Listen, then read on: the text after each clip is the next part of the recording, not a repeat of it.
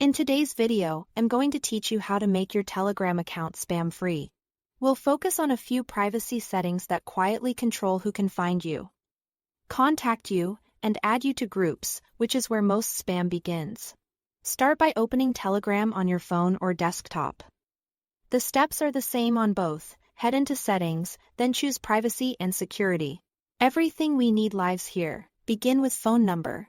Set who can see my phone number to nobody.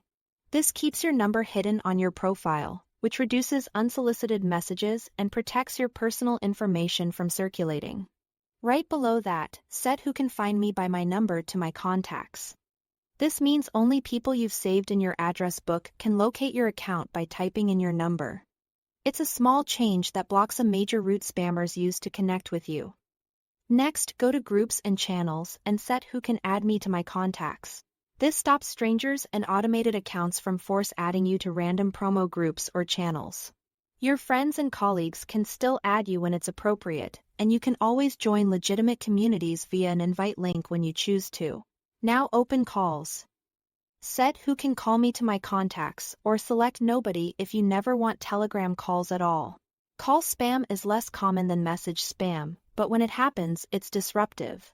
Choosing my contacts keeps voice access limited to people you already know, while nobody gives you a completely quiet experience. Finally, find forwarded messages. Set who can add a link to my account when forwarding my messages to my contacts or nobody. When this is open, your forwarded messages can include a link to your profile, making it easy for strangers to tap through and message you. Limiting it prevents your profile from being surfaced through shared content in big groups. Take a moment to confirm each choice is saved. Telegram syncs your privacy settings across devices automatically. So once you set them, you are covered on both mobile and desktop. If you don't see an option at first glance, scroll some menus expand below the fold. With these changes in place, you should notice fewer random invites, fewer cold messages, and less exposure through forwarded content.